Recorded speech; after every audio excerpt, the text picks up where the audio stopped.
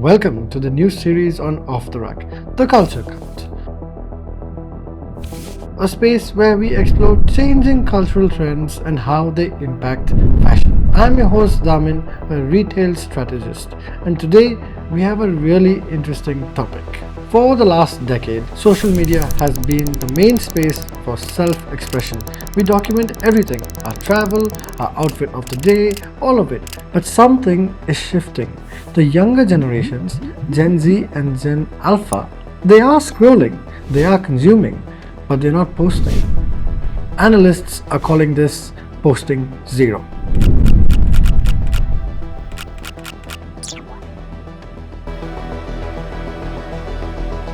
This is not just a temporary trend, it's a cultural correction.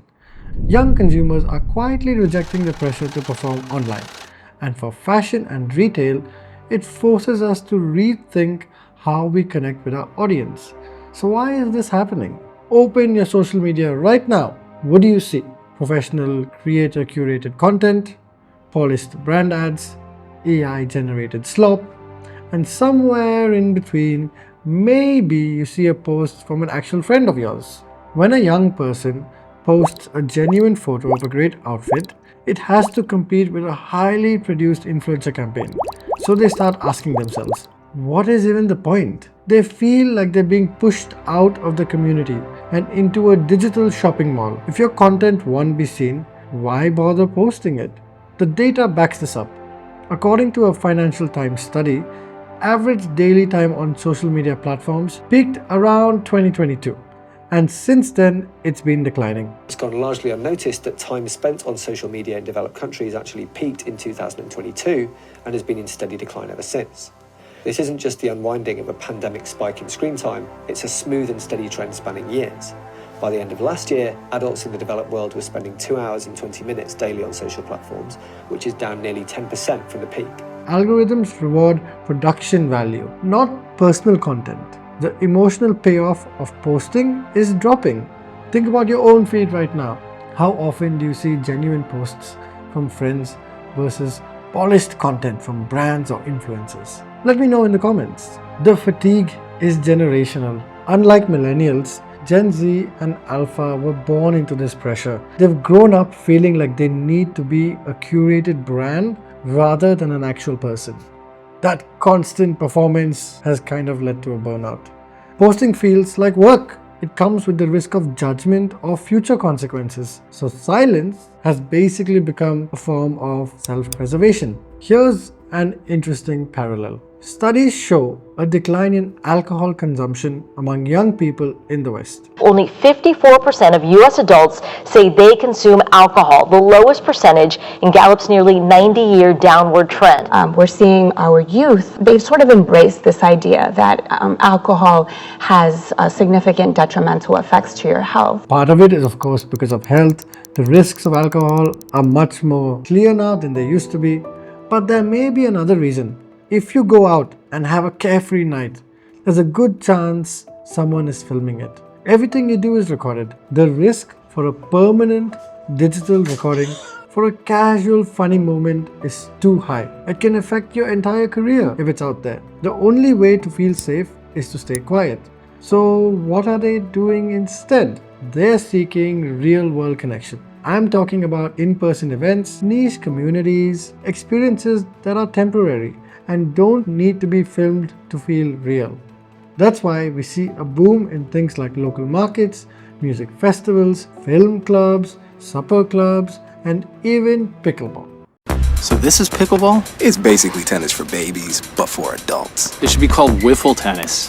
Pickle! Yeah, Yeah, we pop up on them like a piñata. These guys are intense. The world is becoming more digital, but young people are craving the physical. This is a real challenge for fashion brands. The industry has become heavily reliant on digital advertising. If young users are tired of seeing ads and polished content, then brands investing heavily in digital advertising will see slower returns. They're spending more and more money chasing an audience that is actively looking away. Brands are paying more and more just to get you to hit that buy now button. So how do you reach a generation that's deliberately tuning out.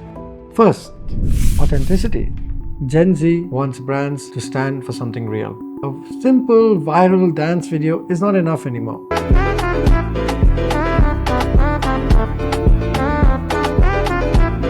Sharing a genuine message or making the audience feel something honest matters now. Fashion needs to stand for something bigger than just a logo. Second, experiences and community. The store needs to evolve from a place where you buy things into a place where you belong. Something like a third space.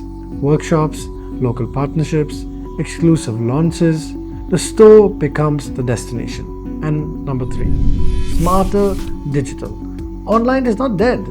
It's just part of a much bigger conversation. But brands should move away from mass influencer campaigns towards smaller creators who feel like a trusted friend. Nano and micro influencers build deeper trust with niche audiences.